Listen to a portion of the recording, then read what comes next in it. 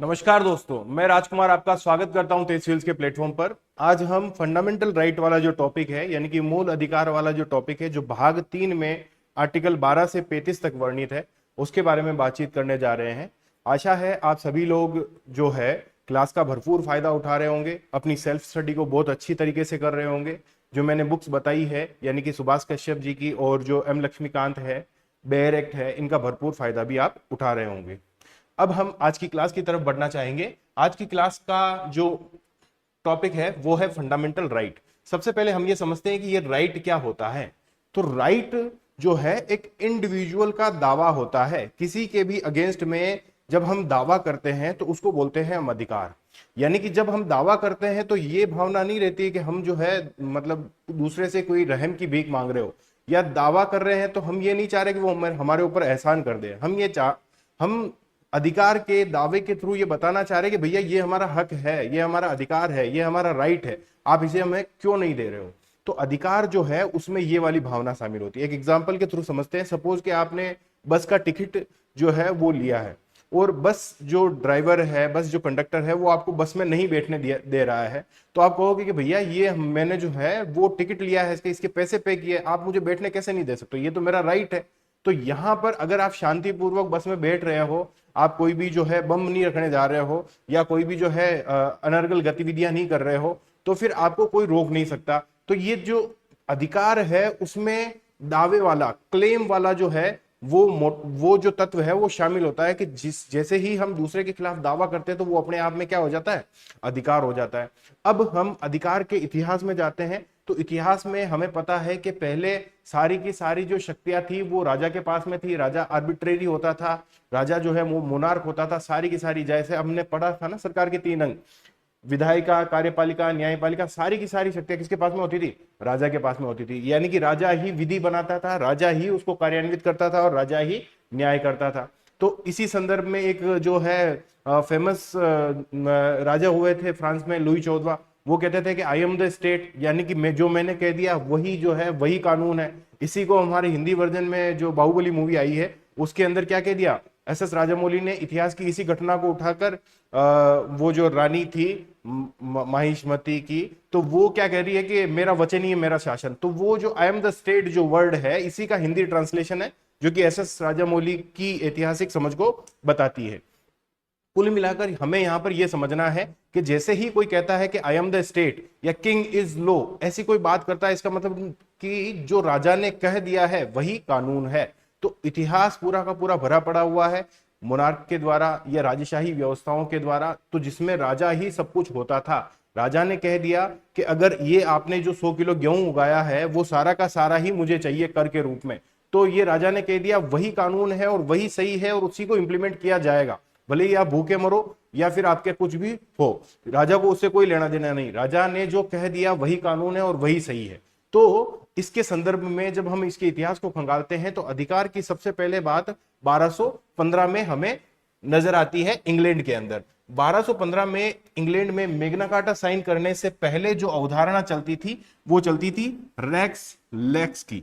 Racks lakes की अवधारणा यह कहती है कि राजा ही लो है, किंग इज लो। राजा ने जो कह दिया वही क्या है, कानून है। यानी कि वही आई एम द स्टेट, या फिर यूं कह दो कि किंग इज लो, या फिर यूं कह दो राजा ही कानून है। राजा ने जो कह दिया वही कानून है। तो जैसे ही लोगों ने इसके खिलाफ क्या किया, बगावत की, तो बगावत के फलस्वरूप जॉन, किंग जो जॉन हुए थे वहां पर, किंग जॉन के समय जो है एक ट्रीटी साइन की जाती है जिसको कि हम मैग्ना कार्टा लिबर्टेटम भी कहते हैं। ये मैग्ना कार्टा जो साइन किया जाता है उस दौरान 15 जून 2015 में, 15 जून 1215 के अंदर ये मैग्ना कार्टा साइन किया जाता है। और इस साइन के द्वारा ये जो रेक्स लेक्स था वो बदल के किस में कन्वर्ट हो जाता है, लेक्स रेक्स में। यानी कि लो ही किंग है, लो ही राजा है, कानून ही राजा है, कानून सबसे ऊपर है। कानून के सामने राजा और प्रजा में कोई विभेद नहीं है, कानून सबसे ऊपर है। कानून के सामने अमीर गरीब में कोई भेद नहीं है। तो ये लेक्स रेक्स की अवधारणा 1215 में मैग्ना कार्टा के साइन के द्वारा इंग्लैंड में आती है, किंग जॉन के समय इस रेक्स लेक्स की अवधारणा की जगह लेक्स रेक्स वाली जो अवधारणा है वो आती है। ये तो हुई इसके इतिहास की बात। परंतु हम देखते हैं कि यहाँ पर भी कई सारे आंदोलन चलते हैं, फिर तब जाके हम तो यहाँ पर मूल अधिकार तक पहुंचना चाह रहे हैं। तो एक तो अधिकार की मोटा मोटी समझ हमें हो गई। अब हम बात करते हैं अधिकार से जुड़े हुए दूसरे जितने भी तत्व है या दूसरे जितने भी एडजेक्टिव है उसके बारे में। तो आपने सुना होगा कि एक तो होता है आपका विधिक अधिकार, यानी कि जो आपका लीगल राइट होता है, यानी कि जो लीगल राइट होता है। ठीक, एक होता है आपके नेचुरल राइट, यानी कि प्राकृतिक राइट, प्राकृतिक अधिकार। तो प्राकृतिक अधिकार को हम नेचुरल राइट बोलते हैं। और नेचुरल राइट के अलावा आपने सुना होगा एक और शब्द के जो है संवैधानिक अधिकार। संवैधानिक अधिकार के अलावा आपने एक और सुना होगा यानी कि कॉन्स्टिट्यूशनल राइट। इसके अलावा आपने एक और सुना होगा निजी अधिकार। निजी अधिकार यानी कि पर्सनल राइट। और पर्सनल राइट के अलावा आपने जो है एक और अभी हम यहां पे लिखा हुआ है मूल अधिकार, यानी कि फंडामेंटल राइट। तो इनमें क्या डिफरेंस होता है, ये जो है सारी की सारी अवधारणाएं किस प्रकार से एक दूसरे से भिन्न है। तो सबसे पहले हम बात करते हैं विधिक अधिकार। विधिक अधिकार, अच्छा एक और देखो, एक और नागरिक अधिकार भी आपने सुना होगा। नागरिक अधिकार या फिर जो है आपके सिविल अधिकार, ये शब्द भी आपने सुने होंगे।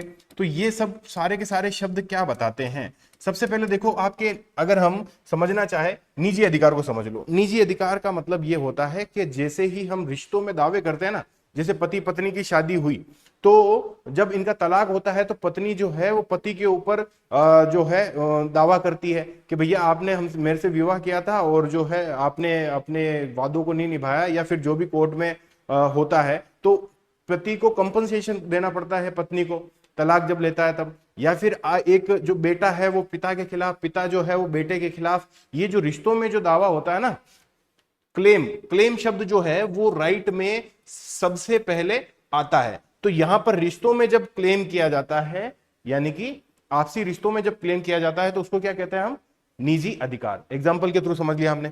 अब देखो जैसे कि नेचुरल राइट की अगर हम बात करें तो नेचुरल राइट क्या होता है, जैसे ही हम जन्मते हैं तो हमारे को प्रकृति के द्वारा जो अधिकार मिले हुए, जैसे कि स्वतंत्रता का अधिकार, स्वतंत्र रूप से जीने का अधिकार। या फिर यूं कहो कि जैसे बच्चा जब मां के गर्भ में होता है तो वो उसी समय उसमें जैसे ही धड़कन आती है, जैसे ही उसका जीवन स्टार्ट होता है, यानी कि गर्भ के अंदर ही जैसे ही उसका जीवन स्टार्ट होता है वैसे ही उसको क्या मिल जाते हैं, नेचुरल राइट। इसीलिए अक्सर आपने सुना होगा कि सुप्रीम कोर्ट जो है वो गर्भपात वाले मामले में कहता है कि ये सर्टेन जो टाइम पीरियड है इसके पहले पहले ही आप गर्भपात करवा सकते हो, इसके बाद में आप गर्भपात या तो करवा नहीं सकते। अगर आप करवाते हो तो कोई विशेष केस होना चाहिए कि माँ की जान को कोई खतरा है, या फिर जो है कोई बलात्कार पीड़ित कोई महिला थी।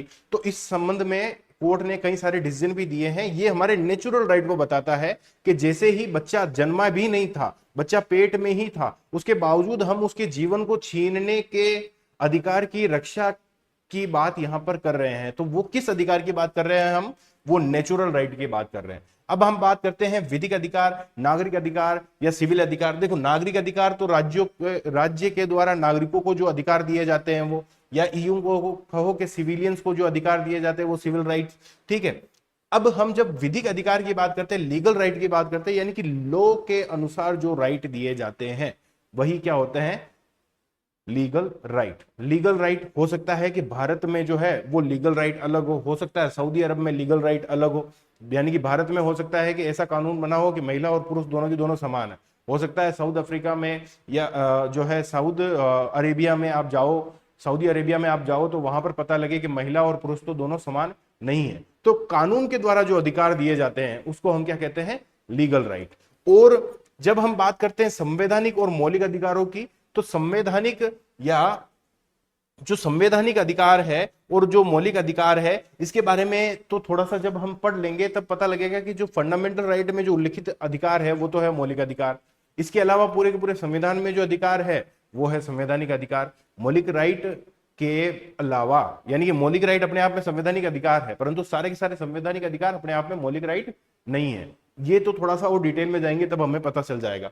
परंतु मौलिक राइट और इन सारे के सारे ही राइट जो कि कानून के द्वारा दिए जाते हैं उनमें क्या डिफरेंस होता है। बेसिकली तो ये सारे के सारी जो है वो विधिक राइट है, ठीक है। तो विधिक राइट और मौलिक अधिकार में क्या अंतर होता है? तो जब हम फंडामेंटल राइट और लीगल राइट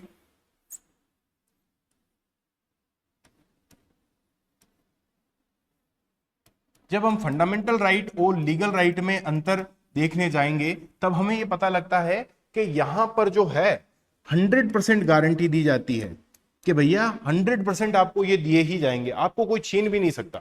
जबकि ये जो है वो लॉ के अनुसार दिए जाते हैं और लॉ जो है वो राज्य के द्वारा बदला भी जा सकता है। यानी कि ये 100% क्लेम होते हैं अगेंस्ट द स्टेट। ये किसके अगेंस्ट में क्लेम होते हैं? ये जो है आपके स्टेट के अगेंस्ट में क्लेम होते हैं 100% के, आपको ये अधिकार दिए ही जाएंगे, राज्य इसको छीन ही नहीं सकता। जबकि इसमें जो है वो इसको छीना जा सकता है। इसको क्या क्या किया जा सकता है? इसको छीना जा सकता है। अगर राज्य, क्योंकि ये तो छीन ही नहीं सकता, उसके बावजूद अगर राज्य ये प्रयास करता है, उसको छीनने का प्रयास करता है, तो ये जो है वो न्यायपालिका के द्वारा न्यायोचित भी होते हैं, यानी कि जुडिशिएबल भी होते हैं, जस्टिसिएबल भी होते हैं। इसका मतलब क्या होता है? इसका मतलब ये होता है कि अगर आपने हमारे अधिकारों से, मौलिक अधिकारों से छेड़छाड़ की तो हम न्यायालय में जाकर आपके खिलाफ वाद दायर करेंगे और न्यायपालिका ये कहेगी आपको कि आप इसके मौलिक अधिकार को पुनः बहाल करो। तो लीगल अधिकार और फंडामेंटल जो राइट है उसके अंदर ये बेसिक डिफरेंस होता है। अब इनको देख लेते हैं कि इनमें और कौन कौन से एग्जांपल लिए जा सकते हैं। जैसे कि अधिकार जो होता है वो क्या है? Claim of an individual. जो इंडिविजुअल व्यक्ति होता है, जो एक व्यक्ति होता है, उसका किसके खिलाफ दावा है? उसका जो है दावा ही अधिकार है। ये ऐसा नहीं होता। बस वाला एग्जांपल अपन ने देख लिया। इंग्लैंड में मैग्ना कार्टा लिबर्टेटम, ये मैग्ना कार्टा लिबर्टेटम शब्द इंपॉर्टेंट है। ये कब साइन किया जाता है? तो 1215 के अंदर साइन किया जाता है। और किसके समय साइन किया जाता है? किंग जॉन के समय साइन किया जाता है। और इसी के तहत कौन सी अवधारणा किस में बदल गई? तो जो रेक्स लेक्स की जो अवधारणा है वो लेक्स रेक्स में बदल गई। रेक्स लेक्स का मतलब ये होता है कि राजा का फैसला ही, राजा ही फैसला करता है कि कानून क्या होगा। राजा ने जो फैसला कर दिया वही कानून होगा। राजा के फैसले से इतर कोई भी कानून नहीं होगा, या राजा जो है वो कानून से भी ऊपर है, ठीक है। जबकि जब इसके खिलाफ बगावत होती है तो फिर ये फैसला होता है और रेक्स लेक्स में क्या हो जाएगा? राजा कानून के नीचे है, कानून ही सबसे ऊपर है, कानून ही राजा है। कानून के समक्ष जो है आपके जो है राजा और प्रजा में कोई भेद नहीं है। ये आपने अदालत के अंदर जो काली पट्टी बांधी हुई देखी होगी ना, तो इसको क्या है कि मूवी सिनेमा ने कोई गलत तरीके से इंटरप्रेट कर दिया कि अंधा कानून। अंधा कानून नहीं है वो। बेसिकली जो मूर्ति के ऊपर जो पट्टी है वो इसलिए बांधी जाती है ताकि जो न्याय करने वाला है वो ये बता रहा है कि भैया कौन सामने राजा है, कौन प्रजा है, कौन अधिकारी है, कौन गैर अधिकारी है, कौन सवर्ण है, कौन दलित है, कौन गरीब है, कौन अमीर है। ये क्योंकि हमारे पट्टी बंधी हुई है आंखों पर, तो हम इसमें भेद नहीं करेंगे। हम जो जिस तरीके से लॉ है उसी के अनुसार राइट करेंगे। तो ये बेसिकली उसके पीछे कॉन्सेप्ट था। अब हम बात करते हैं लीगल राइट के ऊपर। तो रेक्स लेक्स और लेक्स रेक्स की अवधारणा आपको समझ में आ गई। लीगल राइट वो होता है जो कि लॉ के अनुसार होता है और ये गवर्नमेंट दर गवर्नमेंट बदलता है। आपको पता है कि पहले जो है जैसे है अडल्ट्री जो है वो क्राइम होता था, अब अडल्ट्री क्राइम नहीं, मतलब जो है डांडी जो क्राइम नहीं है, ठीक है। यानी कि जो है आपके आपराधिक अपराध नहीं है, ठीक है। और ये जो है वो गवर्नमेंट के अनुसार होता है, यानी कि आप स्टेट जैसे ही बदलते हैं तो कानून बदल जाते हैं। हो सकता है कि सऊदी अरेबिया में कोई चीज क्राइम होती है जो यहाँ पर क्राइम नहीं हो, ठीक है। हो सकता है कि अमेरिका में कोई चीज क्राइम हो वो यहाँ पर क्राइम न हो। तो ऐसी जो चीज है वो रिकॉग्नाइज की जाती है गवर्नमेंट के द्वारा। गवर्नमेंट के द्वारा लॉ बनाया जाता है, किया जा मतलब गवर्नमेंट के द्वारा रिकॉग्नाइज किया जा रहा है या नहीं, इसके आधार पर ही तय होता है कि वहां पर वो लीगल राइट मिला हुआ है या नहीं मिला हुआ है। लीगल राइट में ये चीज होती है कि इसको छीना जा सकता है, जबकि फंडामेंटल राइट में जब हम देखेंगे ना तो हम कहेंगे कि भैया ये जो है वो छीना नहीं जा सकता। जैसे कि अब हम निजी अधिकारों की बात करें तो रिश्तों में जो दावे किए जाते हैं पिता पुत्र के मध्य, पति पत्नी के बीच में, तो वो निजी अधिकार होते हैं। सिविल अधिकारों की बात करें तो नागरिकों को राज्य द्वारा, जैसे कि महिला पुरुष में समानता है या नहीं है, तो ये सिविलियन राइट जो होते हैं, सिविल के जो नागरिकों को जो राज्य के द्वारा जो दिए जाते हैं वो सिविलियन राइट होते हैं। जब हम संवैधानिक अधिकारों की बात करेंगे तो मैंने आपको एक मोटा मोटी बताया है कि संविधान में वर्णित, पूरे के पूरे संविधान में वर्णित कोई भी अधिकार तो वो संवैधानिक अधिकार कहलाता है।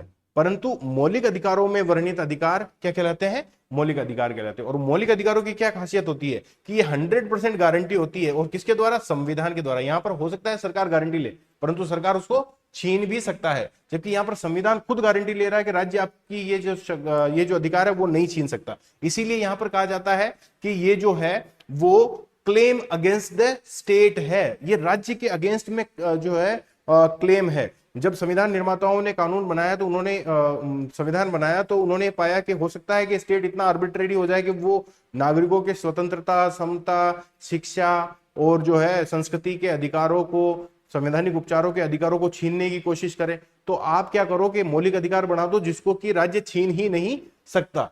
तो ये जो है क्लेम अगेंस्ट द स्टेट है, और जैसे ही क्लेम अगेंस्ट द स्टेट है तो स्टेट सबसे ज्यादा पावरफुल है। स्टेट खुद न्यायपालिका भी है, स्टेट में जो है कार्यपालिका, विधायिका, सारी की सारी चीजें सम्मिलित है। तो स्टेट इतना ज्यादा पावरफुल है कि इसको कंट्रोल किया ही नहीं जा सकता एक साधारण से आम नागरिक के समक्ष। तो साधारण से आम नागरिक के अधिकार किस प्रकार से सुरक्षित रहेंगे, जब हम जो है इस गवर्नमेंट को लिमिट करेंगे, किसके द्वारा, फंडामेंटल राइट के द्वारा। फंडामेंटल राइट जो कि कॉन्स्टिट्यूशन में वर्णित है उसके द्वारा इसके जो आर्बिट्रेरी पावर है उसको नियंत्रित किया गया है ताकि ये नागरिकों के अधिकारों को ना छीन सके। ठीक है, और इस क्योंकि ये जो स्टेट है काफी ज्यादा पावरफुल है और ये नागरिकों के अधिकारों को छीन सकता है। हालांकि संविधान निर्माताओं ने नागरिकों को ये अधिकार दिए हैं, स्टेट के अगेंस्ट में क्लेम करने का अधिकार दिया है, मौलिक अधिकार दिए हैं, फिर भी अगर स्टेट नागरिकों के अधिकारों पर आक्रमण करता है तो संविधान ने ही एक जो है इंडिपेंडेंट जुडिशरी बिठाई हुई है कि जैसे ही स्टेट जो है वो नागरिकों के अधिकारों पर अतिक्रमण करता है तो नागरिक जो है आपके न्यायपालिका में जा सकते हैं और न्यायपालिका के अंदर जाकर कह सकते हैं कि ये स्टेट हमारे मौलिक अधिकारों को छीन रहा है। तो और सुप्रीम कोर्ट के पास में भी इतनी पावर है कि वो जो है इसको बाध्य कर सकता है कि आप इसको मूल अधिकार दो। यानी कि ये क्या है, ये सुप्रीम कोर्ट के द्वारा एनफोर्स करवाए जा सकते हैं, यानी कि ये एनफोर्सेबल है। क्या है ये, एनफोर्सेबल है, ये जुडिशियबल है, ये जस्टिसिएबल है। ठीक है, ये एनफोर्सेबल बाय द कोर्ट है, ये क्या है, एनफोर्स करवाए जा सकते हैं कोर्ट के द्वारा। ये जो है जस्टिसिएबल है, ये न्यायोचित है। कौन, मौलिक अधिकार आपके न्यायोचित है। और ये गवर्नमेंट को क्या कर रहे हैं, जैसे कि मैंने आपको पहले भी बताया था कि कॉन्स्टिट्यूशनल गवर्नमेंट का मतलब होता है लिमिटेड गवर्नमेंट। तो ये गवर्नमेंट को क्या कर रहा है, लिमिटेड कर रहा है। जब पहली बार हम बात करते हैं कि मौलिक अधिकारों की सबसे पहली बार कहां पे हुई थी तो आप देखोगे कि यूएसए के कॉन्स्टिट्यूशन में सबसे पहले लिखित संविधान लिखा गया था और शुरुआती 10 संशोधनों के द्वारा मौलिक अधिकार दिए गए थे। तो सबसे पहले मौलिक अधिकारों की बात जो है यूएसए के बिल ऑफ राइट्स में हमको देखने को मिलती है। अब हम भारत के संदर्भ में बात करते हैं कि भारत के संदर्भ में मौलिक अधिकार क्या होते हैं। तो भारत के संदर्भ में मौलिक अधिकारों का वर्णन, जैसे कि मैंने आपको बताया कि भाग 3 में अनुच्छेद 12 से अनुच्छेद 35 तक मौलिक अधिकारों का वर्णन है। पिछली क्लास में हमने अनुच्छेद 12 और अनुच्छेद 13 के अंदर काफी डिटेल डिस्कशन की थी। तो हम स्टार्ट करते हैं मौलिक अधिकारों से। तो मौलिक अधिकार जो है हमारे भारत में अमेरिका से भी विस्तृत है। अमेरिका में कम है, उतने ज्यादा अधिकार नहीं है, परंतु हमारे यहाँ पर 12 से 35 तक बहुत बड़ी मात्रा में, बहुत ही जो है विस्तृत मात्रा में अधिकार दिए हुए हैं। हालांकि जब हम और डिटेल में जाएंगे तो कुछ चीजें जो है अंतर भी हमें नजर आएंगे, वो अंतर हम बाद में देखेंगे। तो इसी मौलिक अधिकारों को क्या कहा गया है, भारत का मैग्ना कार्टा। क्या कहा गया है, भारत का मैग्ना कार्टा। जैसे कि वहां पे मैग्ना कार्टा लिबर्टेटम 1215 में साइन किया गया था ना, तो ये यहाँ पे भारत में अधिकार पत्र का काम करता है। कौन, में ये आपके जो है मौलिक अधिकार। अब ये जो है वो पॉलिटिकल जस्टिस, पॉलिटिकल जो लिबर्टी है वो लोगों को प्रदान करता है। राजनीतिक लोकतंत्र की स्टेब्लिशमेंट करता है फंडामेंटल राइट। जब हम डीपीएसपी को पढ़ेंगे तो डीपीएसपी जो है वो आर्थिक और सामाजिक लोकतंत्र को स्टेब्लिश करता है। फंडामेंटल राइट जो है वो राजनीतिक लोकतंत्र को स्टेब्लिश करता है। कैसे राजनीतिक लोकतंत्र को स्टेब्लिश करता है, क्योंकि ये नागरिकों को अधिकार देता है। क्या अधिकार देता है कि आप जो है वो राज्य के खिलाफ, आपके पास में ये अधिकार है, राज्य आपकी स्वतंत्रता को, राज्य जो है आपकी जो पॉलिटिकल सोच है, जो स्वतंत्रता है उसको दबा नहीं सकता। ठीक है, तो नागरिकों की आजादी है तो सरकार सरकारी तानाशाही को मर्यादित करता है। नागरिकों को स्वतंत्र बनाए रखना है। अब इस स्वतंत्रता को कौन दबा सकता है? सरकार यानी कि राज्य दबा सकती है, तो राज्य के खिलाफ ही तो ये अधिकार दिए हुए हैं। तो सरकारी तानाशाही को मर्यादित करने के लिए जो है आपके मौलिक अधिकार दिए हुए हैं। इन्हें मूल अधिकार इसलिए भी कहा जाता है क्योंकि ये व्यक्ति के सर्वांगीण विकास का काम करते हैं। सर्वांगीण विकास से यानी कि जो आपके सर्वांगीण विकास होता है वो संबंधित होता है आपके भौतिक उन्नति से, आपकी बौद्धिक उन्नति से, आपकी नैतिक उन्नति से। इन तमाम सारे पक्षों से आध्यात्मिक उन्नति, नैतिक उन्नति, बौद्धिक उन्नति और भौतिक उन्नति से संबंधित होता है। इसको मूल अधिकार इसलिए भी कहते हैं क्योंकि संविधान में इसकी गारंटी है। गारंटी को साबित करने के लिए, गारंटी को प्रूव करने के लिए एक इंडिपेंडेंट जुडिशरी है, और जुडिशरी इतनी पावरफुल है कि वो सारे के सारे जो फंडामेंटल राइट है उसको वापस से आर्टिकल 32 के तहत जो है आपके इंप्लीमेंट करवा सकती है। तो हमारे यहाँ पर क्या है, संविधान में इसकी गारंटी है, सुरक्षा प्रदान की गई है, इसीलिए क्या कहते हैं इसको मूल अधिकार, फंडामेंटल राइट इसलिए कहते हैं क्योंकि एक तो ये चहुमुखी विकास, जो सर्वांगीण विकास जो होता है व्यक्ति का, उसमें सहयोग करता है। दूसरा, संविधान में इसकी 100% गारंटी है और उसकी बहाली के लिए पूरा का पूरा मैकेनिज्म दिया हुआ है। इसीलिए इसको हम क्या कहते हैं, फंडामेंटल राइट कहते हैं। फंडामेंटल राइट के बाद में देखो, मूल रूप से हमारे संविधान में अगर हम देखेंगे तो मूल रूप से 7 मूल अधिकार थे, वर्तमान में तो 6 ही है। कल भी हम जब पढ़ रहे थे कि जो है आर्टिकल 31 के बारे में, यानी कि संपत्ति के अधिकार के बारे में हमने पढ़ा था, 9वीं अनुसूची के बारे में हमने पढ़ा था, 31 ग के बारे में। तो उसी दौरान मैंने एक बात बताई थी कि 44वें संविधान संशोधन के द्वारा जो आर्टिकल 31 है उसको हटा दिया गया, यानी कि संपत्ति का जो मौलिक अधिकार पहले संविधान में वर्णित था उसको क्या है कि 44वें संविधान संशोधन 1978 के समय मोरारजी देसाई की जो गवर्नमेंट आई थी, जनता पार्टी की जो गवर्नमेंट आई थी, उसके दौरान उसको हटा दिया गया था। अब इसके अलावा हमारे संविधान में और कौन कौन सी अधिकार वर्णित है, तो सबसे पहले समता का अधिकार, यानी कि जो समता का अधिकार है वो आपके अनुच्छेद 14 से अनुच्छेद 18 तक वर्णित है। इसके बाद में हमारा स्वतंत्रता का अधिकार जो है वो अनुच्छेद 19 से अनुच्छेद आपके 21 तक वर्णित है। इसके बाद में है आपका शोषण के विरुद्ध अधिकार, शोषण के विरुद्ध अधिकार, ये जो है 22 तक वर्णित है, और शोषण के विरुद्ध अधिकार जो है आपके अनुच्छेद 23 से और 24 में वर्णित है। फिर जो है आपके धर्म की स्वतंत्रता का अधिकार जो है वो अनुच्छेद 25 से 28 में वर्णित है। इसी प्रकार से आप देखोगे कि शिक्षा और संस्कृति का अधिकार जो है वो आपके अनुच्छेद 29 और 30 में वर्णित है। अनुच्छेद 31 में जो पहले संविधान संपत्ति का अधिकार का वर्णन था, ये जो है आपके 44वें कॉन्स्टिट्यूशनल अमेंडमेंट 1978 में जो है वो हटा दिया गया, और इसको यहां से रिप्लेस कर 300 के में डाल दिया गया, जो कि भाग 12 है, वहां पर 300 के तहत संपत्ति का अधिकार दे दिया गया। अब संपत्ति का अधिकार वहां पर दे दिया तो इसका मतलब क्या है, हालांकि अब भी वो संवैधानिक अधिकार तो है, परंतु वो जो है वो छीना जा सकता है, वो जो है वो मतलब विधि बनाकर उसको बदला जा सकता है, ठीक है, यानी कि विधि बनाकर उसको नियंत्रित किया जा सकता है, जबकि इसको पहले नियंत्रित उतना ज्यादा नहीं किया जा सक रहा था। 44वें संविधान संशोधन में इसको उठाकर 300 के तहत डाल दिया गया, और जो 7वां अधिकार था पहले वो 32 के तहत संवैधानिक उपचारों का अधिकार था, यानी कि हम जब इसको पढ़ेंगे तब पढ़ेंगे बंदी प्रत्यक्षीकरण, परमादेश, प्रतिषेध, को वारंटो, ये तमाम सारी सर्टियोरेरी, उत्प्रेषण, ये तमाम सारी चीजें जब हम अनुच्छेद 32 पढ़ेंगे तब वहां पर पढ़ेंगे।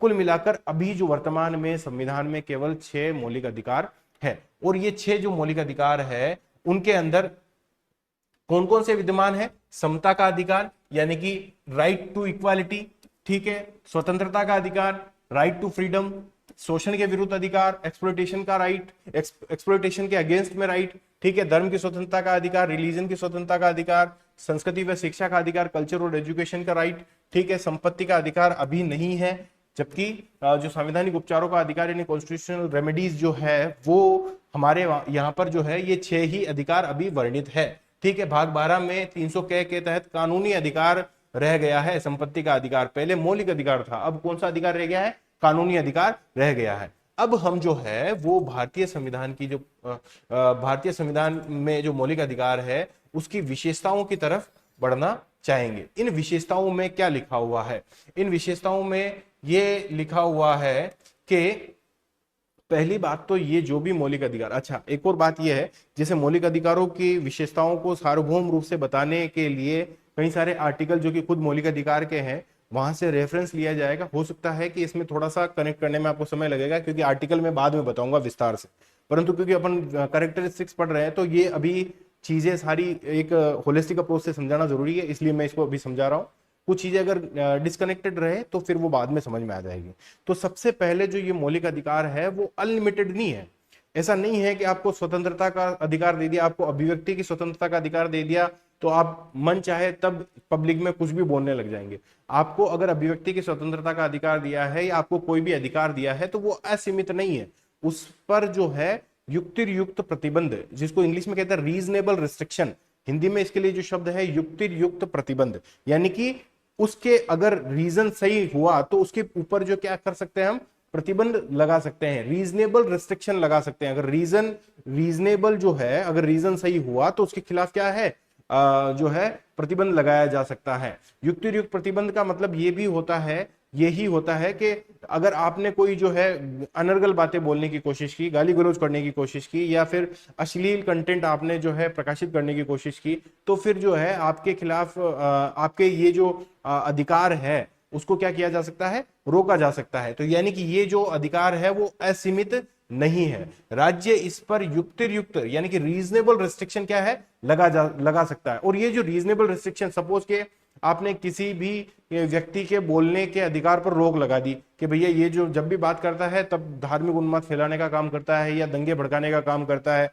या किसी वर्ग विशेष के खिलाफ काफी ज्यादा जो है कड़वी बातें बोलता है, तो आपने रोक दिया, राज्य के नाते आपने रोक तो दिया, परंतु राज्य के द्वारा लगाए गए इस रीजनेबल रिस्ट्रिक्शन का परीक्षण कौन करेगा, इसका परीक्षण करेगी आपकी सुप्रीम कोर्ट। सुप्रीम कोर्ट ये देखेगी कि ये जो आपने रीजनेबल रिस्ट्रिक्शन लगाया, ये जो आपने युक्तियुक्त प्रतिबंध लगाया है, क्या वो सही है या नहीं है, कितना सही है कितना सही नहीं है। तो ये तमाम सारी बातें सुप्रीम कोर्ट देखेगी, जांचेगी, परखेगी और इस रीजनेबल रिस्ट्रिक्शन को सही, वेद या अवैध घोषित करेगी। तो देखो यहां पर क्या है, इसकी उचितता अदालत द्वारा तय की जाती है। और उचितता तय करने के दौरान किन बातों का ध्यान रखा जाता है, उचितता तय करने के दौरान यह ध्यान रखा जाता है कि भैया व्यक्ति की स्वतंत्रता भी जो है वो दबनी नहीं चाहिए, व्यक्ति के अधिकार जो है वो भी जो है दबाए जाने नहीं चाहिए। और दूसरी तरफ समाज में जो सौहार्द है, जो सामाजिक नियंत्रण है, कि भैया एक समाज की नियंत्रण है कि सभी जने जो है कपड़े पहन के आएंगे या सभी जने जो किस प्रकार से बातचीत करेंगे, या समाज में एक व्यवस्था चल रही है। तो सामाजिक जो नियंत्रण है और व्यक्ति की जो स्वतंत्रता है, इन दोनों में समन्वय प्रॉपर तरीके से हो रहा है या नहीं हो रहा है, सुप्रीम कोर्ट इस बात को तय करते हुए इस रीजनेबल रिस्ट्रिक्शन का परीक्षण करेगी, इसकी उचितता और अनुचितता पर अपना मत देगी, इसके वैध या अवैध होने पर अपना मत देगी। यानी कि यहां पर आप इसकी उचितता अदालत द्वारा तय की जाती है, और अदालत द्वारा क्या तय किया जाता है कि व्यक्तिगत अधिकार, स्वतंत्रता और सामाजिक नियंत्रण में समन्वय हो रहा है या नहीं है। यानी कि व्यक्तिगत अधिकार या फिर व्यक्तिगत स्वतंत्रता एक तरफ रख लो, दूसरी तरफ सामाजिक नियंत्रण रख लो, कि व्यक्ति को इतना ज्यादा स्वतंत्र नहीं कर देना है कि जो सामाजिक जो नियंत्रण है वो पूरी तरीके से तहस नहस हो जाए। ठीक है, यानी कि आप देख ही सकते हैं कि जो कई सारे एग्जांपल जो है अवैध संबंधों के बारे में भी आप देख सकते हैं, और भी कई सारी चोरी चकारी के बारे में भी देख सकते हैं। भैया व्यक्ति को इतनी स्वतंत्रता थोड़ा ना कि वो किसी की भी वस्तुएं उठा के चोरी करके ले जाए, ठीक है ना। तो यानी कि वो रीजनेबल, उसकी स्वतंत्रता ऊपर क्या है, रीजनेबल रिस्ट्रिक्शन, सामाजिक नियंत्रण और व्यक्तिगत स्वतंत्रता दोनों में समन्वय जो है वो बना रहे। हालांकि अभी मैंने कहा था ना आपको पहले कि जो भारत है और अमेरिका के जो मूल अधिकार है उसमें क्या चीजें अलग है। तो अमेरिका में आप देखेंगे कि जो फंडामेंटल राइट है या फंडामेंटल राइट को लागू करने या फिर इसकी व्याख्या करने का जो अधिकार है वो न्यायपालिका के पास में है। पहली बात आप देखिए इसको कि मैं क्या कह रहा हूं, मैं ये कह रहा हूं कि अमेरिका में जो फंडामेंटल राइट को लागू करने और इसकी व्याख्या करने का जो अधिकार है वो न्यायपालिका के पास में है, और न्यायपालिका को यह अधिकार संविधान ने नहीं दिया।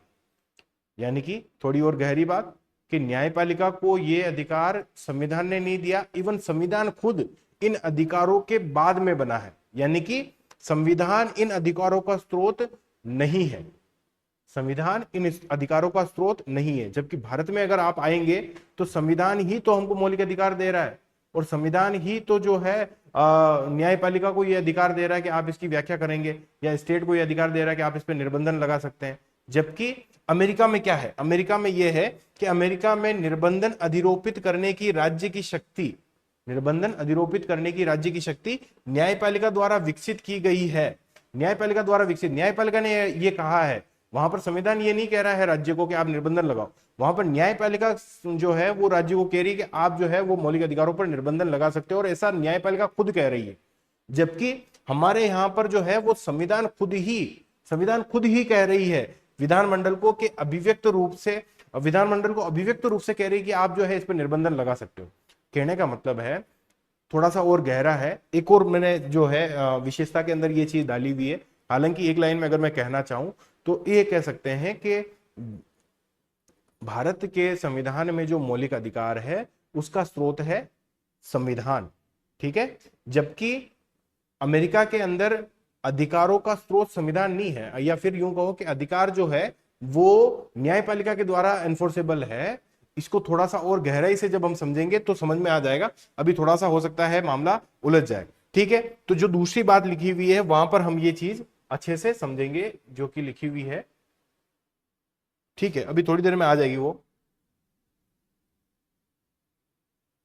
हाँ, तो हम पढ़ रहे थे मौलिक अधिकारों के बारे में ही। एक चीज जो अभी हमें समझ में उतनी ज्यादा नहीं आ पाई होगी कि भारत और अमेरिका के मौलिक अधिकारों में क्या अंतर है, तो इसके बारे में और हम बात करेंगे अभी थोड़ी देर बाद में। अभी फिलहाल इजी इजी चीजों की बात कर लेते हैं कि भारतीय संविधान में जो मौलिक अधिकार है वो कई सारे तो नकारात्मक है, कई सारे सकारात्मक है। अब ये नकारात्मक क्या होते हैं, सकारात्मक क्या होते हैं? नकारात्मक यानी कि नेगेटिव का मतलब ये होता है जब कोई भी मौलिक अधिकार राज्य को ये बाध्य कर रहा है कि भाई आपको ये काम नहीं करना, आपको ये काम नहीं करना है, तो वो होता है नकारात्मक अधिकार। जब राज्य को मौलिक अधिकार यानी कि संविधान में ये कहा जाता है कि आप आरआरसीएसपी, जो कि मैंने आपको जब ये पढ़ाया था, प्रस्तावना पढ़ाई थी तब भी आरआरसीएसपी की फुल फॉर्म बताई थी मैंने आपको। आरआरसीएसपी की फुल फॉर्म होती है आर यानी कि रेस, रेस यानी कि क्या होता है, नस्ल या मूल वंश, ठीक है। आर यानी कि रिलीजन, रिलीजन यानी कि धर्म या पंथ, ठीक है। सी यानी कि कास्ट, कास्ट यानी कि जाति। एस यानी कि सेक्स, सेक्स यानी कि लिंग। और पी यानी कि प्लेस, यानी कि जो बर्थ प्लेस है, यानी कि जो आपके जन्म स्थान है, ठीक है। तो जब संविधान राज्य को यह कहती है कि भैया आप आरआरसीएसपी के आधार पर भेदभाव नहीं कर सकते, नहीं कर सकते, उसको कुछ नहीं करने के लिए कह रही है, तो ये नेगेटिव हो गया। जबकि इसके ठीक विपरीत ये कहे कि आप महिलाओं और बच्चों के संरक्षण के लिए कोई कानून बना सकते हो, ठीक है, तो ये कुछ काम करने के लिए कह रही है, कुछ पॉजिटिव चीजें कह रही है कि आप कुछ कर सकते हो। इसीलिए जो हमारे जो फंडामेंटल राइट है उसमें कुछ तो नकारात्मक है, जो कि राज्य की कार्रवाई के खिलाफ राज्य को कुछ कार्रवाई न करने के लिए कहते हो। जैसे कि आप देखो 15(1) में ये कहा कि आरआरसीएसपी के आधार पर भेदभाव नहीं करोगे, या फिर जो है 15(2) में भी कुछ इसी तरीके की बातें कही हुई है। 16(2) में भी ये कहा हुआ है कि जो राज्य जो है नियोजन में आरआरसीएसपी के आधार पर भेदभाव नहीं करेगा, ठीक है। जबकि कुछ में सकारात्मक चीजें कही हुई है, जैसे कि 15(3) में कि आप जो है वो महिलाओं और बच्चों के लिए जो है, या फिर जो है आप SC ST कम्युनिटी के लिए कोई प्रावधान कर सकते हो। 16(4) और 15(3) में इसी तरीके की बातें कुछ सकारात्मक वे में कही हुई है। जबकि आर्टिकल 25 में धर्म की स्वतंत्रता दी जाए, ठीक है, या फिर आर्टिकल 29 और आर्टिकल 30 में जो अल्पसंख्यक संस्थान है, जो शिक्षा और संस्कृति के लिए जो प्रावधान है उसके लिए स्वतंत्रता देने की बातें कही हुई है। इसके ठीक बाद में आप देखो कि हमारे जो फंडामेंटल राइट है वो जस्टिसिएबल है ना, वो किस प्रकार से न्यायोचित है। जैसे ही आपके फंडामेंटल राइट का अगर उल्लंघन हो रहा है तो आप क्या है कि सुप्रीम कोर्ट में जा सकते हो, आप जो है वो हाई कोर्ट में जा सकते हो। सुप्रीम कोर्ट में आर्टिकल 32 के तहत, यानी कि जब मौलिक अधिकारों का उल्लंघन होता है तो आप जो है आर्टिकल 32 के तहत सुप्रीम कोर्ट में जा सकते हो। आप अन्य संविधान में दूसरे अधिकारों का उल्लंघन होता है तो आप 226 के तहत हाई कोर्ट में जा सकते हो। तो फंडामेंटल राइट के उल्लंघन पर आप सीधे के सीधे सुप्रीम कोर्ट भी जा सकते हो, हाई कोर्ट भी जा सकते हो, आप सीधे के सीधे सुप्रीम कोर्ट भी जा सकते हो। तो ये क्या बताता है कि ये जो है हमारे क्या है, जस्टिसिएबल है। ये अधिकार क्या है, हमारे जस्टिसिएबल है। जो मूल अधिकार उसकी एक विशेषता ये है कि ये जस्टिसिएबल है आर्टिकल 32 आर्टिकल 226 के तहत। अब जब हम बात करते हैं अनुच्छेद 19 और अनुच्छेद 21, इसके बारे में क्या बात कही हुई है देखो ये काफी चीजें इस तरीके से लिखी हुई है कि को जो इनका बहुत ही गहन अर्थ है। तो अभी फिलहाल के लिए हम चाहे तो इसको छोड़ सकते हैं, परंतु फिर भी मोटा मोटी मैं आपको बता देता हूं कि आर्टिकल 19 और आर्टिकल 21 में राज्य अगर उल्लंघन करता है, जैसे आर्टिकल 21 में प्राण व दैहिक स्वतंत्रता की बात है, आर्टिकल 19 में जो है वाक व अभिव्यक्ति की स्वतंत्रता और इसी प्रकार की दूसरी चीजों की बात है, संगम बनाने की, कहीं पर जाकर बसने की, आजीविका करने की। तो अगर राज्य इन चीजों का उल्लंघन करता है, आर्टिकल 19 और आर्टिकल 21 का, तब तो आप सुप्रीम कोर्ट के तहत या हाई कोर्ट के तहत जाकर उनको जो है बहाल करवा सकते हो। परंतु अगर कोई निजी व्यक्ति आपको कहीं जाने से रोक रहा है, निजी व्यक्ति आपको बोलने से रोक रहा है, निजी व्यक्ति आपको काम करने से रोक रहा है, तो फिर आप सुप्रीम कोर्ट में नहीं जा सकते, या फिर आप जो है 32 और 226 के तहत नहीं जा सकते, या फिर जो है आपको कौन सा करना पड़ेगा, विधिक उपचार उपलब्ध होंगे, और विधिक उपचार जो है आपको 226 के तहत भी होते हैं। परंतु 32 के तहत सुप्रीम कोर्ट में क्या उपचार उपलब्ध होते हैं, संवैधानिक उपचार उपलब्ध ही होते हैं। यानी कि 19 और 21 का अगर राज्य उल्लंघन करता है तो आप 32 के तहत सुप्रीम कोर्ट में जा सकते हो सीधे। परंतु यदि कोई निजी व्यक्ति, प्राइवेट संस्था अगर कोई ऐसा उल्लंघन करती है, तो वहां पर आप विधिक उपचार ही करवा पाओगे, और विधिक उपचार जो है उसके लिए हाईकोर्ट में ही जाया जाता है। यानी कि जब अपन इसको मौलिक अधिकार को पढ़ेंगे तो इसका अंदर आर्टिकल 32 में लिखा हुआ है कि सुप्रीम कोर्ट संवैधानिक उपचार कर सकता है, और वो फंडामेंटल राइट से जुड़े हुए मामलों में कर सकता है। इसको और आगे गहराई से भी समझा जाएगा। अब हम जब पांचवी विशेषता की बात करेंगे तो वो ये कहा हुआ कि संविधान संशोधन के द्वारा इस मौलिक ढांचे में परिवर्तन किया जा सकता है। कल हमने पूरा का पूरा, पिछले वीडियो में हमने पूरा पूरा डिस्कशन किया था कि किस प्रकार से जो है 13(2), 368 तमाम सारी बातें करके, और हमने अंत में ये निष्कर्ष केशवानंद भारती मामले में निकाला था कि संसद जो है वो संविधान संशोधन कर सकती है, मूल अधिकारों में भी कटौती कर सकती है, परंतु वो इसके मौलिक ढांचे में, वो इसके फंडामेंटल स्ट्रक्चर में, वो जो इसका फैब्रिक ऑफ इंडियन कॉन्स्टिट्यूशन है, ठीक है, वो जो संविधान का मर्म है, संविधान का जो मौलिक ढांचा है, आधारभूत ढांचा है, उसमें कटौती नहीं कर सकती। ठीक है, तो संविधान संशोधन से साधारण विधि से नहीं कर सकता, परंतु संविधान संशोधन से कटौती कर सकता है, लेकिन इसके मूल ढांचे को नहीं बदल सकता। अब मूल ढांचे को नहीं बदल सकता, इसके अलावा भी कई सारी चीजें इसकी विशेषताओं में कही हुई है, जैसे कि आर्टिकल 20 और आर्टिकल 21, भले ही आपने राष्ट्रीय आपातकाल लगा दिया हो, परंतु आर्टिकल 20 में जो भी अधिकार है, आर्टिकल 21 में जो भी प्राण व दैहिक स्वतंत्रता है, उसको आप कभी भी निलंबित नहीं कर सकते। उसको कभी भी आप क्या है, जैसे आपने आपातकाल लगा दिया तो आर्टिकल 20 और 21 को आप नहीं छेड़ सकते हो, हालांकि दूसरे आर्टिकलों को आप छेड़ सकते हो। हालांकि इसमें एक और बात यह है कि आर्टिकल 19 में जो 6 वर्णित है कि भैया आप जो है वाद अभिव्यक्ति की स्वतंत्रता होगी, आपको कहीं पर भी घूमने की स्वतंत्रता होगी, जो है आपको निवास करने की स्वतंत्रता होगी, जो है आपको काम करने की स्वतंत्रता होगी, तो हो सकता है कि आर्टिकल 19 में वर्णित 6 की 6 स्वतंत्रता जो है वो अबोलिश कर दी जावे जब राष्ट्रीय आपातकाल लगे, परंतु 20 और 21 को राष्ट्रीय आपातकाल के मामले में भी नहीं छेड़ा जाएगा। और 19(6) जो है वो भी कब, वो भी जो है आप यहां पे नीचे, हाँ ठीक है, यहां पे लिखा हुआ है, हाँ ये लिखा हुआ है कि 19(6) में जो 6 अधिकार वर्णित है वह युद्ध व विदेशी आक्रमण में ही स्थगित हो सकते हैं। ऐसा नहीं है कि जो 352 में जो तीसरा तत्व अपन ने पढ़ा था सशस्त्र विद्रोह वाला, तो सशस्त्र विद्रोह में आप जो है 19 में जो वर्णित 6 अधिकार है उनको आप नहीं छेड़ सकते। ठीक है, तो ये 44वें संविधान संशोधन में ये सशस्त्र विद्रोह वाला जो शब्द है वो डाला था हमने।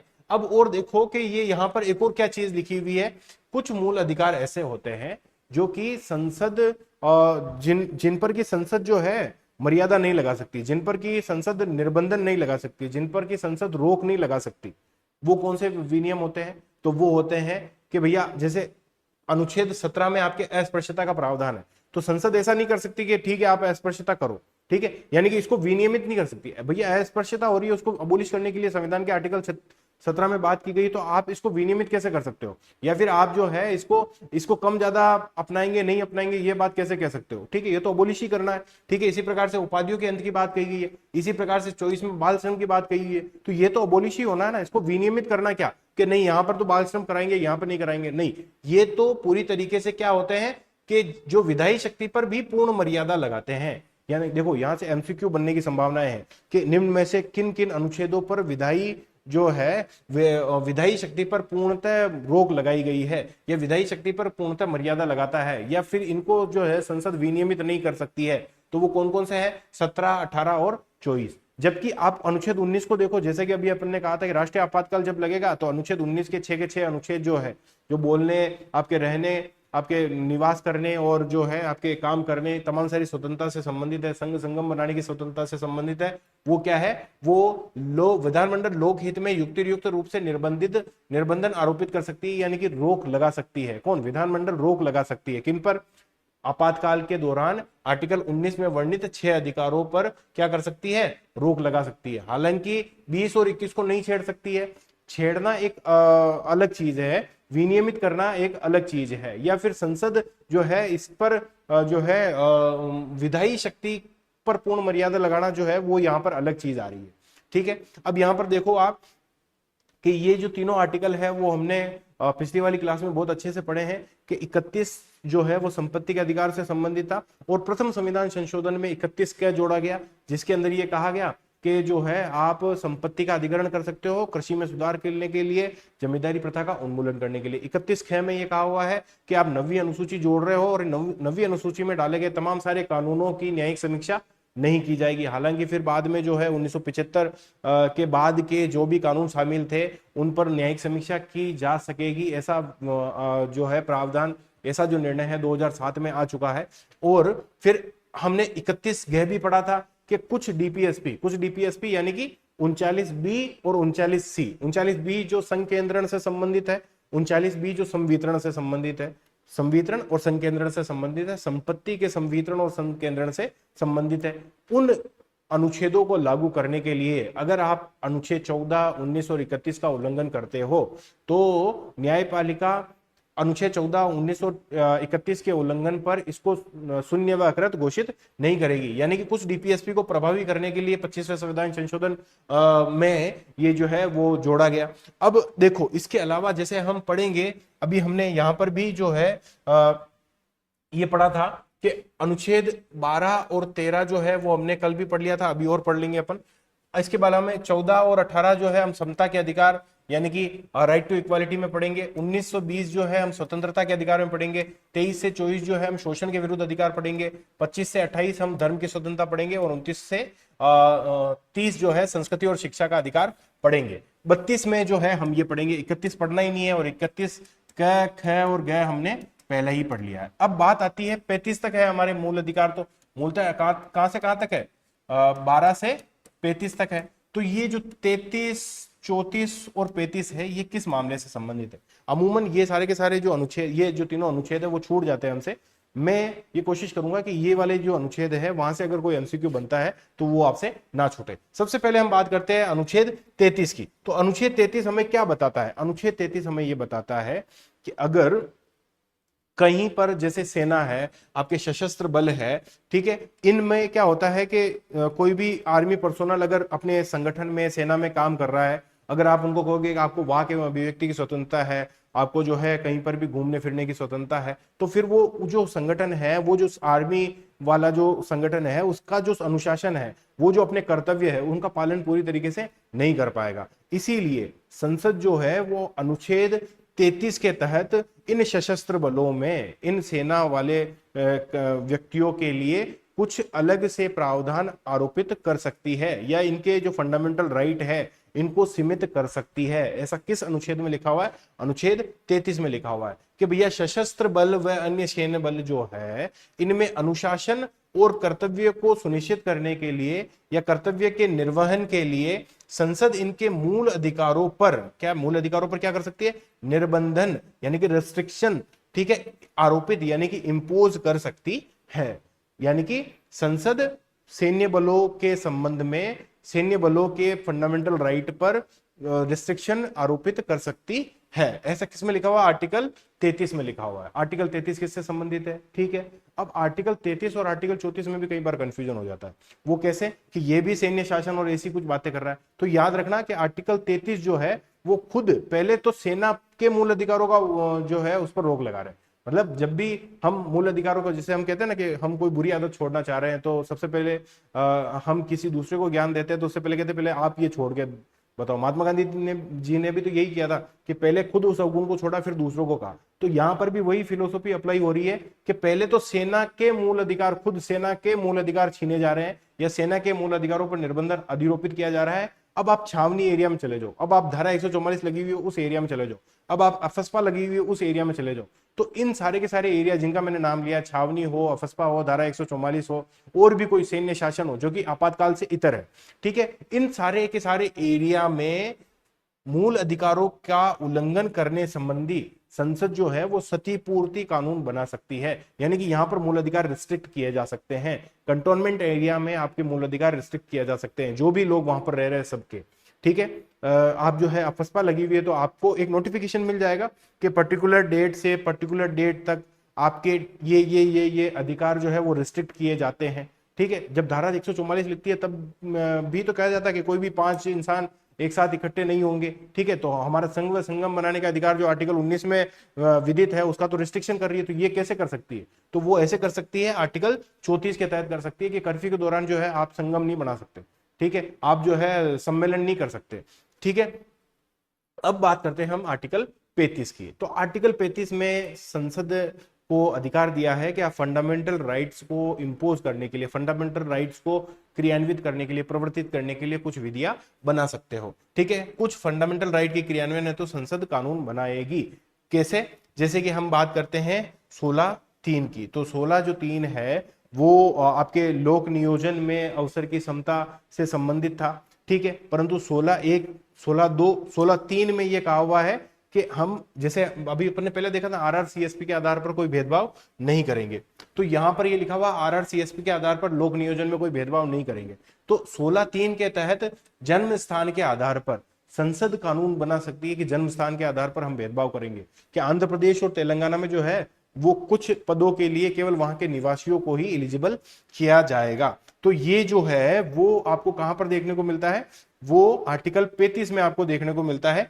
आर्टिकल 35 में यह बात कही हुई है कि 16(3) के तहत संसद कानून बनाएगी, फंडामेंटल राइट के क्रियान्वयन के लिए संसद कानून बनाएगी। इसी प्रकार से आप 32(3) में भी जो है आपकी रिट याचिका है उसके प्रवर्तन के लिए कुछ विधियां बनाएगी। आर्टिकल 33 अभी अपन ने देखा कि सशस्त्र बलों के अंदर मूल अधिकार कम हो या मूल अधिकार उनके निर्बंधन हो, मूल अधिकारों में कटौती की जाए, इसके लिए संसद क्या बनाएगी? लॉ बनाएगी। अनुच्छेद 34 में अभी अपन ने देखा कि ऐसे जो एरिया है जहां पर सैन्य शासन लगा हुआ है, जहां पे जो है आपके मार्शल लॉ लगा हुआ है, वहां के नागरिकों के अधिकारों को जो है वो निर्बंधित करने के लिए संसद कानून बना सकती है। तो ऐसा आर्टिकल 35 में कहा हुआ है। तो हमको समझ में आना चाहिए कि आर्टिकल 34, आर्टिकल 35 और आर्टिकल 33 क्या कहना चाह रहा है। ये कुछ चीजें अलग थी, आर्टिकल ये तीनों अपन ने पढ़ लिया है। ये वाली जो बात है कि आर्टिकल 19 के जो 6 है वो किस प्रकार से निर्बंधित किए गए हैं वो भी हमने पढ़ लिया है कि जब युद्ध और विदेशी आक्रमण हो तब तो 19 के 6 आर्टिकल आप निरस्त कर सकते हो, परंतु सशस्त्र विद्रोह के मामले में ये नहीं किया जाएगा। ऐसा 44वां संविधान संशोधन 1978 में संविधान संशोधन किया गया था। इसी प्रकार से कुछ ऐसे मूल अधिकार है जो कि विधायिका पर पूर्ण मर्यादा लगाते हैं कि भैया विधायिका की मर्यादा है कि वो ऐसा नहीं कह सकती कि मूल अधिकार जो है उस पर, जैसे अस्पृश्यता का अधिकार, मतलब अस्पृश्यता जो है आप नहीं करोगे तो इस पर युक्ति निर्बंधन नहीं लगा सकती कि भैया इस कंडीशन में आप जो है अस्पृश्यता कर सकते हो। समझ में आ रही है बात? ये यहाँ पर इसकी मूल भावना है कि अस्पृश्यता उन्मूलन अगर आर्टिकल 17 में कहा हुआ है तो संसद इसके नीचे ऐसा कोई वो नहीं जोड़ सकती या ऐसा कोई कानून नहीं बना सकती कि इन परिस्थितियों में युक्ति निर्बंधन के तहत आप अस्पृश्यता कर सकते हो। समझ में आई? ये वाली बात ये कह रहा है। इसी के ठीक ऊपर हमने देखा है कि आपातकाल में आप भले ही सारे के सारे मूल अधिकार रोक सकते हो, परंतु अनुच्छेद 20 और 21 को प्राण वैदेहिक स्वतंत्रता और ये जो है बंदी बनाने वाली जो अनुच्छेद है उसको आप नहीं छेड़ सकते। इसी प्रकार से संशोधन किया जा सकता है परंतु मौलिक ढांचे में संशोधन नहीं करेंगे, ठीक है। और अपन ने देखा कि जो अनुच्छेद 19 और 21 है, राज्य के खिलाफ तो जो है आप क्या कर सकते हो, राज्य के खिलाफ तो आप आर्टिकल 32 कहता है सुप्रीम कोर्ट में जा सकते हो, परंतु अगर कोई प्राइवेट व्यक्ति अगर उल्लंघन कर रहा है तो फिर आप विधिक उपचार के तहत 226 के तहत ही जाओगे। फिर हमने नकारात्मक देखा कि जो कुछ नहीं करने के लिए बात कर रहा है कि भाई आप आरआरसीएसपी के आधार पर भेदभाव नहीं करोगे, जबकि कुछ जो है आपने सकारात्मक भी देखे हैं, जैसे कि आप जो है 25, 29, 1, 29, 30 एक, ठीक है, 15(3) के अंदर या 16(4) के अंदर जो है वो कुछ करने के लिए कह रहा है कि भैया आप जो है SC ST को आरक्षण दो, आप जो है महिला और बालकों के संरक्षण के लिए कार्यक्रम बनाओ, ठीक है। तो ये यहाँ पर कुछ करने के लिए कह रहा है, ठीक है। आप जो है महिलाओं को पंचायत राज में आरक्षण दो, ये सकारात्मक बात कर रहा है, ये करने की बात कर रहा है, ठीक है। एक और ये वाली जो चीज है कि हाँ, अधिकांश जो है वो राज्य के मनमानी रवैये के खिलाफ है, ये छूट गया था कि अधिकांश आप देखो कि 15(1) में क्या है कि आप RRCSP के आधार पर कोई भेदभाव नहीं करोगे, ऐसा राज्य के ऊपर संसद मौलिक अधिकार संविधान जो है वो मौलिक अधिकार में कह रही है 15(1) के तहत कि आप जो है वो RRCSP के आधार पर भेदभाव नहीं करोगे। जबकि 15(2) में क्या है, 15(2) में ये कहा हुआ है कि निजी व्यक्ति जो है वो कुओं, घाटों, तालाबों, सार्वजनिक जो दुकानों, सार्वजनिक जो भोजनालय है वहां पर कोई भी RRCSP के आधार पर भेदभाव नहीं करेगा। तो वहां पर निजी व्यक्तियों को कहा जा रहा है। हालांकि 15(2) जब पढ़ेंगे तब पता चलेगा कि ये राज्य और निजी व्यक्ति दोनों पर प्रतिबंध आरोपित कर रहा है। तो हम ये कह सकते हैं कि कुछ जो है वो केवल राज्य के मनमानी रवैये के खिलाफ है, कुछ निजी व्यक्तियों के रवैये के खिलाफ है। इन पर जो है युक्त प्रतिबंध लगाया जा सकता है, ये असीमित नहीं है। और रीजनेबल रिस्ट्रिक्शन जो है वो उसकी अदालत उचितता का पालन करेगी, ठीक है। कुछ एक चीज जो थी हमें समझ में नहीं आई थी, वो अमेरिका वाली बात थी। अभी थोड़ी देर में हम इसको भी समझते हैं, ठीक है। अब देखो ये यहां पर क्या कहा हुआ है कि कुछ उपबंध जो है वो प्रत्यक्ष प्रवर्तनीय नहीं है, यानी कि कुछ ऐसे उपबंध होंगे जो मौलिक अधिकारों के वो प्रत्यक्ष सीधे प्रवर्तनीय नहीं हो सकते, उनको प्रवर्तन करने के लिए आपको विधि बनानी पड़ेगी। तो यहां पर जो है आप 17 के तहत अस्पृश्यता की विधि बनाओगे कि भाई अस्पृश्यता आप करते हो तो जो आपके सिविल अधिकार अधिनियम है तो वो जो है वो इसी के लिए बनाया गया है। आप उपाधियों के अंत के लिए अधिनियम बना सकते हो, ठीक है। विधि बनाओगे तब जाके उसका क्या है कि उसका प्रवर्तन होगा, ठीक है। आप 15(2) के तहत जो है आप RRCSP के आधार पर भेदभाव नहीं करोगे, इसके संदर्भ में कोई विधि बनाओगे, ठीक है। आप जो है 23 और 23 के तहत जो आप दास्ता और आपके वेश्यावृत्ति के विरुद्ध, बंधुआ मजदूरी के विरुद्ध कोई कानून बनाओगे, ठीक है। या फिर जो है आप बाल श्रम के विरुद्ध कोई कानून बनाओगे। तो इनके कानून बन जाने के बाद और जैसे ही इन कानूनों का उल्लंघन होता है तब क्या होगा, जैसे ही इन कानूनों का उल्लंघन होता है तब जाके संविधान के ये जो उपबंध है वो प्रत्यक्ष परिवर्तनीय होंगे, प्रत्यक्ष रूप से लागू होंगे, अन्यथा नहीं। यानी कि संविधान के ये प्रत्यक्ष परिवर्तनीय नहीं होंगे, यह तभी लागू होंगे जबकि कोई प्रभावी विधि बनाई जाए और कोई व्यक्ति इनका उल्लंघन करे। जब तक कोई लॉ ही नहीं है कि अस्पृश्यता जो करने पर कौन सा दंड दिया जाएगा, कितने का जुर्माना दिया जाएगा, तब तक जो है आप इसको कैसे लागू करोगे। तो ये वाली बात तो इसके अंदर कही हुई है। एक जो वो अमेरिका वाली बात है वो समझ लेते हैं।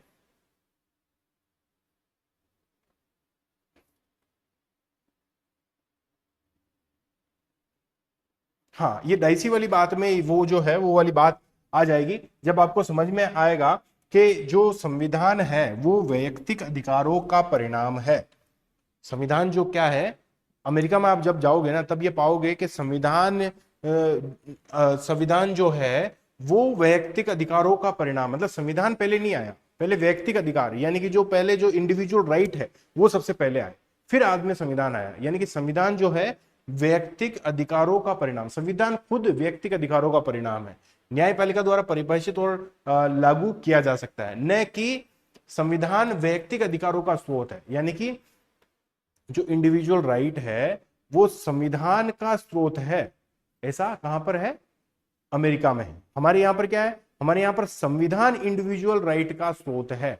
यानी कि हमारे को इंडिविजुअल राइट कहां से मिल रहे हैं, हमारे को इंडिविजुअल राइट संविधान से मिल रहे हैं, जबकि अमेरिका में इंडिविजुअल राइट कहां से मिल रहे हैं, इंडिविजुअल राइट न्यायपालिका द्वारा लागू और परिभाषित है, और इंडिविजुअल राइट जो है वो संविधान को बना रहे हैं, वो संविधान वहां पर से बन रहा है या संविधान इसके बाद बन रहा है, या संविधान वो देखता है कि मेरे अधिकारों का स्रोत क्या है, तो ये इंडिविजुअल राइट है।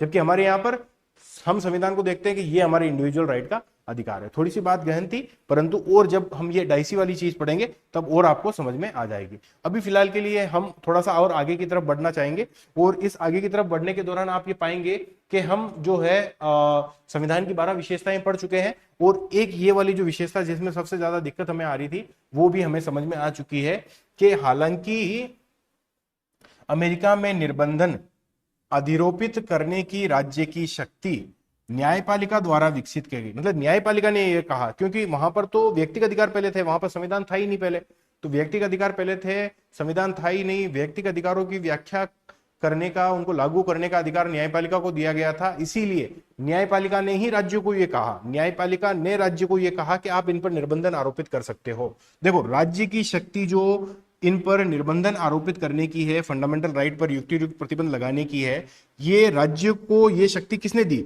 न्यायपालिका द्वारा विकसित है, न्यायपालिका ने इसको कहा। जबकि हमारे यहां पर क्या, जबकि भारत में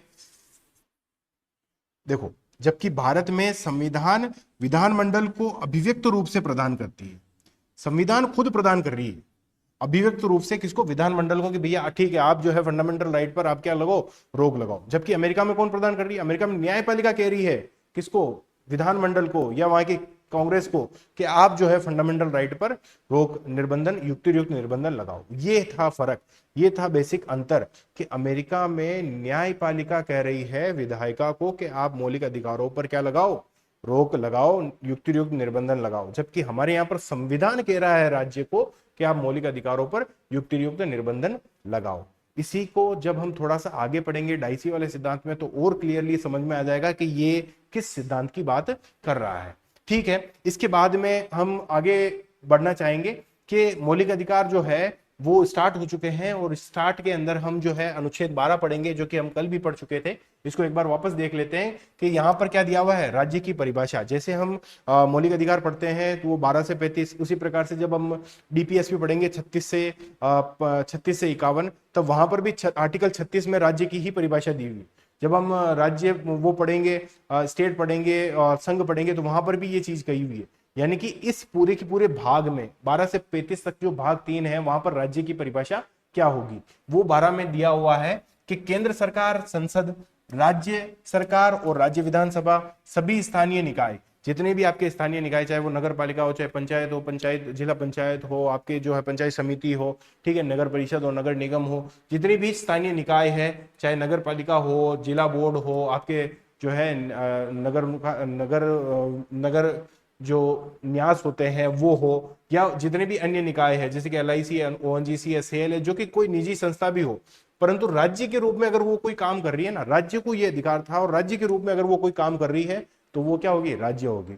और ये जहां पर भी इसमें कहा हुआ ना कि राज्य ये नहीं करेगा, राज्य ये RRCSP के आधार पर भेदभाव नहीं करेगा, राज्य जो है विधि की समता देगा, ये तमाम सारी चीजें जब बात करेंगे, राज्य जो है वो स्वतंत्रता को नहीं रोकेगा, तो राज्य का मतलब क्या? राज्य का मतलब वो तमाम सारी चीजें जो सरकार का काम कर रही है, सरकार के रूप में काम कर रही है, जिसमें कि न केवल सेंटर की बल्कि स्टेट की गवर्नमेंट, बल्कि आपके जो पंचायत राज की तमाम सारी गवर्नमेंट विद्यमान है, जिसमें न केवल निजी बल्कि सरकारी संस्थाएं शामिल है, जो कि राज्य का काम कर रही है। ठीक है, इसके अलावा 13 हमने बहुत डिटेल में तैयार कर ही लिया है कि मूल अधिकारों से असंगत विधियां शून्य होगी। मूल अधिकारों से कोई भी विधि जो असंगत है वो शून्य होगी, चाहे वो संविधान बनने से पहले की हो, या संसद बाद में बना रही हो, या फिर कोई भी अध्यादेश हो, आदेश हो, उपविधि हो, नियम हो, विनियम हो, अधिसूचना हो, रूढ़ी हो, प्रथा हो, वो विधियां संसद या विधानसभा से पारित हो, वो तमाम सारी विधियां क्या होगी, शून्य होगी, अगर वो फंडामेंटल राइट का उल्लंघन कर रही है। उसी के ऊपर तो न्यायपालिका और संसद में काफी ज्यादा बड़ा टसल चला था। अब इसी आर्टिकल में कई सारे जो विवाद उठते हैं, तो हमने पढ़ा था शंकरी प्रसाद मामले में क्या कहा हुआ है कि 13(2) के तहत 368 विधि नहीं है। क्या वो कहा है शंकरी प्रसाद मामले 1951 में कि संसद संविधान संशोधन द्वारा मूल अधिकारों में परिवर्तन कर सकती है। क्यों? क्योंकि 13(2) के तहत 368 विधि नहीं है। इस वाली बात को बहुत ही डिटेल में हमने पिछले वाले वीडियो में समझ लिया। अगर किसी को समझ में नहीं आती है तो आप उसको देख सकते हैं, बहुत ही डिटेल में हमने उसको समझा है। इसके बाद में गोलकनाथ मामले ने इसको ठीक पलट दिया, और पलट के क्या कहा, पलट के ये कहा कि 13(2) जो है वो 368 के तहत विधि है। यानी कि क्योंकि 13(2) के तहत 368 विधि है, इसीलिए आप किसको क्या कर सकते हो, इसीलिए आप इसको जो है मूल अधिकारों को संशोधित नहीं कर सकते। भले ही संविधान संशोधन लेके आ जाओ, फिर भी आप जो है मूल अधिकारों को संशोधित नहीं कर सकते, क्योंकि 13(2) जो है वो उसके दायरे में है 368। कल भी हमने ये पढ़ा था कि 13(2) जो है वो ये बताता है कि वो जो है आदेश को उल्लंघन नहीं करने देगा अफार का, वो जो है किसी साधारण एक्ट को उल्लंघन नहीं करने देगा अफार का, ऐसी शक्ति 13(2) में विद्यमान है। और जब वो ये वाली बात करेगा कि कॉन्स्टिट्यूशनल अमेंडमेंट एक्ट के द्वारा भी आप अफार में उल्लंघन नहीं कर सकते, तो ये वाली बात कौन कह रहा है? ये वाली बात कह रहा है गोलकनाथ। जबकि शंकरी प्रसाद क्या कह रहा था कि आप जो है आदेश और एक्ट के द्वारा जो है मूल अधिकार का उल्लंघन नहीं कर सकते हो, परंतु कॉन्स्टिट्यूशनल अमेंडमेंट एक्ट के द्वारा तो कर ही सकते हो। और आपको पता है कि 368 किससे संबंधित है? कॉन्स्टिट्यूशनल अमेंडमेंट एक्ट से संबंधित है। जबकि केशवानंद भारती मामला आता है तो वो कहता है कि भैया ठीक है, आप जो है कॉन्स्टिट्यूशनल अमेंडमेंट एक्ट से जो है मूल अधिकारों को संशोधित कर सकते हो, परंतु मौलिक ढांचे को आप संशोधित नहीं कर सकते हो। इस वाली बात को हमने काफी डिटेल में पिछले लेक्चर में कवर किया था। अब जो है हम जो है मूल अधिकार को सही मायने में यानी कि अनुच्छेद 14 को पढ़ेंगे, जो कि अगली वीडियो में क्लास कंटिन्यू होगी, जो कि आर्टिकल 14 से 18 तक के तमाम सारे जो भी कानून है उनको एक साथ लेने की कोशिश करेंगे। आपने जो है क्लास देखी है उसके लिए आपका धन्यवाद है। और अगर आपको क्लास पसंद आती है तो आप इसको आगे शेयर कर सकते हैं। आप हमारे फ्री इनिशिएटिव जितने भी है उनसे जुड़ सकते हो कि किस प्रकार से हमारा पूरा ये कमिटमेंट धीरे धीरे, अगर आपने अच्छा हमें सपोर्ट किया तो ये निश्चित रूप से तय किया जाएगा कि आरएस और एसआई का प्री का पूरा जो सिलेबस है वो हम यूट्यूब पर फ्री ऑफ कॉस्ट आपको सारे के सारे वीडियो अलग अलग जो स्पेशलिस्ट टीचर है, अच्छे अच्छे टीचर है, उनको बुलाकर करवाएं। ये इस बात पर भी निर्भर करता है कि आप हमारा कितना जो है साथ देते हैं। अगर आप जो है इसको जैसे ही आप इसको अच्छा सपोर्ट दिखाते हैं तो हमारा जो है उत्साहवर्धन होता है, और इसी उत्साह से हम जो है ज्यादा से ज्यादा जो चीजें कर पाते हैं, ज्यादा से ज्यादा लोगों को जो है रोक पाते हैं, ज्यादा से ज्यादा लोगों को क्या कर सकते हैं, उनको मोटिवेट कर पाते हैं कि भैया आप इस इनिशिएटिव से जुड़ो। अगर आप जो है हमें सपोर्ट नहीं करते तो वो चीजें सारी की सारी धीरे धीरे फिर यहाँ से नीचे की तरफ जाती हुई दिखाई देती है। फिर भी हमारा जैसा कि सर ने भी कहा था कि कोई भी एक स्टूडेंट अगर इससे फायदा ले रहा है तो हम जो है इस इनिशिएटिव को पूरा करने के लिए प्रतिबद्ध है। हालांकि इसके अलावा भी हमारे कई सारे फ्री इनिशिएटिव है कि डेली करंट अफेयर्स की पीडीएफ हमारे यहाँ पर मिल रही है, जो कि आपके जो सूजस है, आपके तमाम सारे जितने भी ऑथेंटिक सोर्स है, पीआईबी है, उनसे मिलकर बनती है। करंट अफेयर्स क्विज भी हम स्टार्ट कर रहे हैं। ठीक है, इसके अलावा मेंस जो है कि टॉपिक के न्यूज़पेपर की कटिंग भी दी जा रही है। फ्री आंसर राइटिंग के लिए आरएस मेंस के जो क्यूबिट है वो रोजाना के 3 क्वेश्चन आंसर भी हम प्रोवाइड करवा रहे हैं। स्टैटिक क्विज जो है, जो daily 5 daily polity, history, geography से रिलेटेड स्टैटिक क्विज भी हम डालने जा रहे हैं। इसके अलावा करंट अफेयर्स के जो वीडियो है वो तमाम सारी जितने भी आपके पीआईबी हो या जो भी रोजाना के जो भी न्यूज रही हुई है उसके ऊपर भी वीडियो आएंगे, और मंथली जो मैगजीन है वो भी free of cost E PDF के रूप में आपको प्रोवाइड करवाई जाएगी। इसके अलावा जो है हमने एसआई के लिए बहुत ही कम प्राइस में जो है आपके टेस्ट सीरीज स्टार्ट की है, जो कि रोजाना आपको परखेगा। 20 क्वेश्चन जो है आपके हिंदी से और 25 क्वेश्चन जीके से देकर। और इसके अलावा कई सारे जो है आरएस मेंस के भी जो है टेस्ट सीरीज लॉन्च की हुई है, तो आप किसी में भी जो है एडमिशन लेकर हमारा सपोर्ट कर सकते हैं। ठीक है, धन्यवाद आपका वीडियो देखने के लिए। आपका दिन शुभ हो।